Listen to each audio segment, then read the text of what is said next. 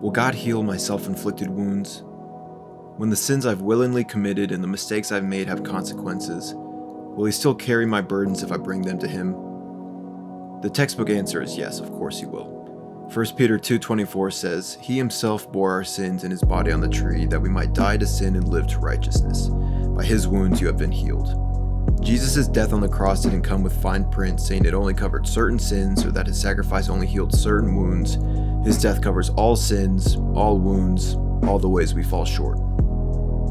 But how does He feel about my self-induced burdens? What's God's attitude towards me when I come crawling back to Him after indulging in my sin, when I'm suffering from the consequences of my choices? Does He think, I told you so. This is what happens. If only you'd listen to me.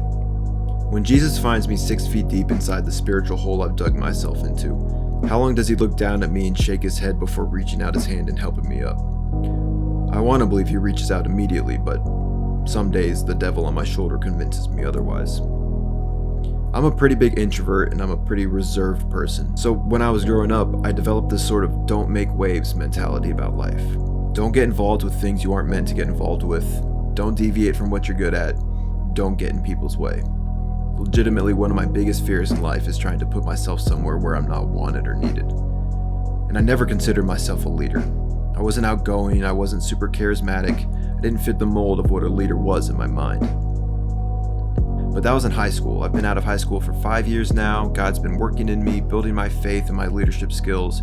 So as a step of faith, I started looking for opportunities to lead. I thought I was ready to step up as a leader. So at the beginning of the school year this year, I started an internship at my church with the college ministry. Well, after leading the group even for just a few months, things were not going as expected. COVID threw a wrench in our plans, so we had to improvise a lot of stuff, and I'm not good at improvising. We lost a lot of college students over the summer for various reasons, so our group was super small. I didn't always feel like I had the support of the other people on staff. I was becoming insecure about my leadership skills again. It was a lot. And then one Sunday morning, I was sitting in church by myself, zoning out from whatever the pastor was saying, and I just started to ruminate on how it felt like everything was going wrong with the internship. Then a voice in my head just said, You know you asked for this, right? Like, you knew you wouldn't have what it takes to lead this group when you applied, but you still applied anyway. So now that you are in charge and everything is falling apart, why are you surprised? You could have entirely avoided this feeling of being a letdown if you just stayed in your lane.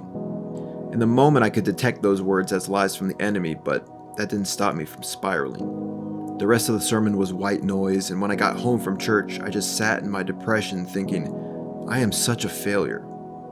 And it was even worse because I asked for it. I made my bed and now I had to sleep in it. I couldn't go crying to my family or friends about the shame I felt because all they would say would be, well, what did you expect? Again, lies, but it felt like the truth. My pain was self-inflicted and I just felt so stupid. I felt like I had to return to Jesus with my head hung low so He knew how ashamed of myself I was. But that reminded me of a character in the Bible who also felt like he had to return to his father with his head hung low.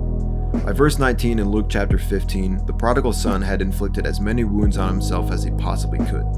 He took his inheritance, left his family, squandered his wealth on parties and prostitutes, lost it all, and found himself cold, hungry, and alone. If anyone was responsible for the mess they were in, it was him.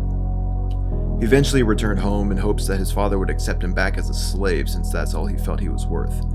But as he approached his home, his father didn't cross his arms and look away in disgust. He didn't scold his son and say how disappointed he was in him, and he didn't look down and shake his head before reaching out his hand.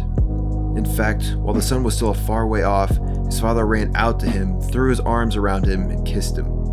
Before the son could explain his shame, his father dressed him in a robe, killed a fattened calf for him, and threw a party in celebration of his return. The thought of disappointment never crossed the father's mind, only the overwhelming feeling of joy at the sight of seeing his son again, of knowing that his son was home. God sees our self-inflicted wounds the same way. When we're deep in the pit of our own doing, He doesn't want us to sit in our guilt. He wants us to return to Him. When we make mistakes, His desire isn't for us to dwell on how much we've messed up, but for us to know how much we're loved despite how we mess up.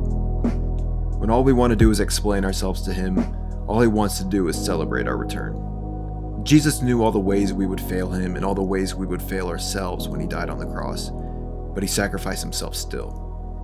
Don't let your self-inflicted wounds keep you from knowing the God who made you and who loves you.